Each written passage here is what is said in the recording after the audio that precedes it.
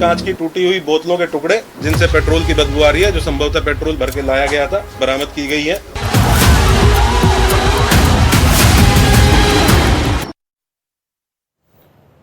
अब बात बरेली की करते हैं। बरेली हिंसा केस में बहुत बड़ा खुलासा हुआ है। बरेली में लगे थे सर तन से जुदा के नारे, और जैसे जैसे जांच आगे बढ़ रही है, ये महत्वपूर्ण जानकारियां इस मामले को लेकर सामने आ रही हैं। तौकीर के सहयोगियों ने भीड़ को उकसाया था बरेली में।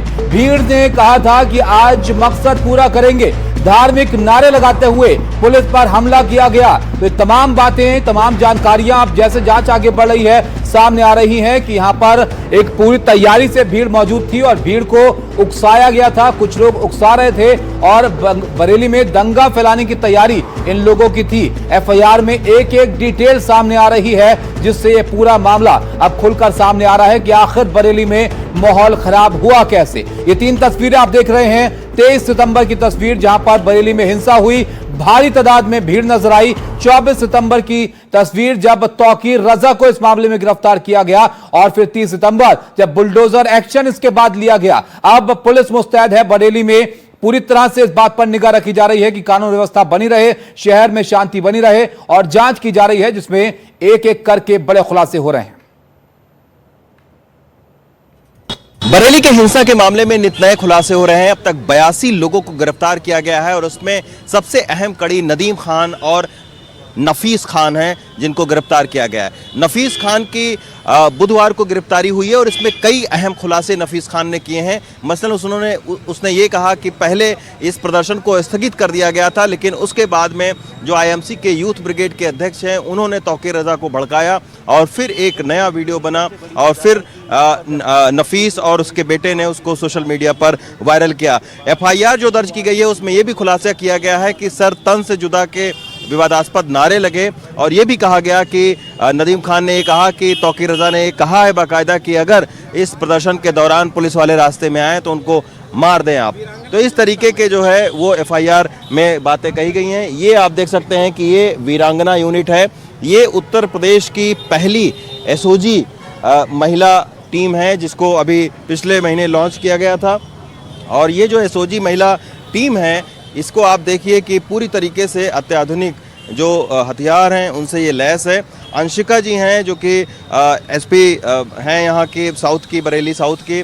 अंशिका जी, ये पहली बार बरेली की सड़कों पर एसओजी की महिला टीम उतारी है, इसका क्या मकसद है, और क्या महिलाओं के अंदर सुरक्षा की भावना को बढ़ाने के लिए ये कदम उठाया जा रहा है? जी, जैसा कि आप सभी अवगत हैं, आज विजयदशमी का त्यौहार भी है और मिशन शक्ति फेज़ 5 भी चल रहा है। उसके दृष्टिगत भी महिला सुरक्षा हमारी प्राथमिकता रही है। उसके दृष्टिगत आज इनको सड़क पर उतारा गया है। ये पेट्रोलिंग करेंगी, रूट मार्च करेंगी, और महिलाओं में जो कॉन्फिडेंस है वो इंस्पायर करेगी हमारी टीम। जी। अच्छा, बरेली में जो बवाल हुआ उसके मद्देनजर भी इन लोगों की भूमिका इस पूरे उसमें सुरक्षा बंदोबस्त बढ़ाने में? जी, इनको हमने पर्याप्त ट्रेनिंग दी है। इनको सेल्फ डिफेंस, मार्शल आर्ट्स की, सर्वेलेंस की, क्राइम एनालिसिस की ट्रेनिंग दी गई है, और सभी प्रकार की चुनौतियों से निपटने में ये बिल्कुल सक्षम है।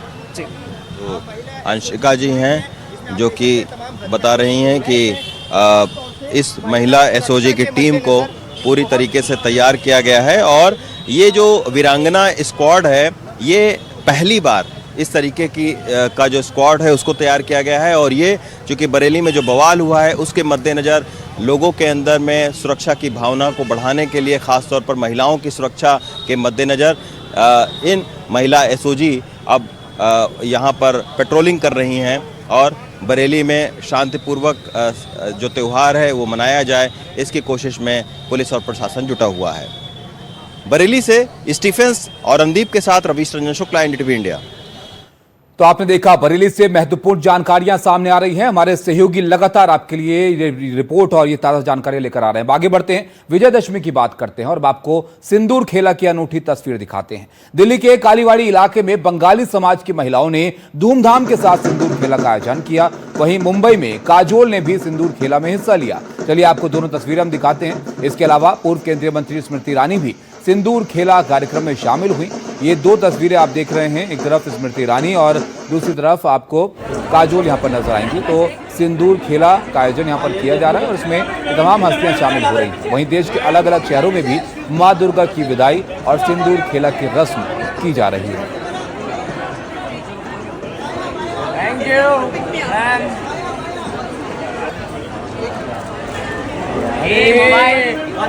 मां दुर्गा की विदाई पर सिंदूर खेला का आयोजन देश में अलग अलग जगहों पर किया जा रहा है। बंगाली समाज में महिलाएं सिंदूर खेला का आयोजन करती हैं और बड़े धूमधाम से सिंदूर खेला यहां पर किया जा रहा है। तस्वीरें आप देखिए, दुर्गा पूजा के दौरान स्मृति ईरानी वहां पर मौजूद हैं और काजोल भी दुर्गा पूजा में पहुंची और ये तस्वीरें आप यहां पर देख सकते हैं। दिल्ली में खास कार्यक्रम का आयोजन किया गया था जहां पर स्मृति ईरानी पहुंची। उधर मुंबई में काजोल सहित कई फिल्मी हस्तियां दुर्गा पूजा में शामिल हुई।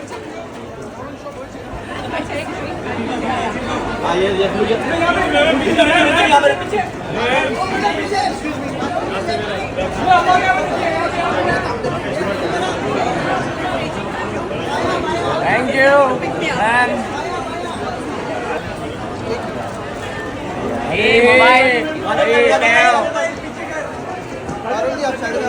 हम अभी कालीबाड़ी मंदिर एसोसिएशन के दुर्गा पूजा ग्राउंड पर मौजूद है और आज विजयदशमी है, यानी कि आखिरी दिन दुर्गा पूजा का। इस दिन पर दुर्गा माँ को अब बंगाली रिचुअल्स के हिसाब से वापस भेजा जाएगा उनके घर। और रिचुअल्स के हिसाब से जैसा कि आप मेरे अराउंड देख सकते हैं, यहाँ पर काफ़ी औरतें हैं जिन्होंने सिंदूर दान परफॉर्म किया है। सिंदूर खेला इसे कहा जाता है।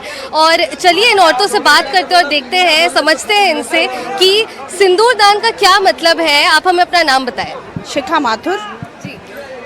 एक्चुअली हमारा जो एक बंगालियों का प्रथा है, माँ अपने घर मायके में आती है। जैसे साल में एक बार हम लोग, वैसे तो जो प्रथा है कि बेटी अपने माँ के घर मायके में जाती है, तो ऐसी माँ दुर्गा साल में वैसे तो 2 बार आता है, लेकिन हम इस जो आपका दुर्गा पूजा बड़ा वाला इसी को मानते हैं हम, और बहुत धूमधाम से मनाते हैं। माँ अपने घर आती है, उनको अच्छी तरह खिलाया पिलाया जाता है, जो उनको पसंद चीज़ की खाने भोग 56 भोग लगाए जाते हैं।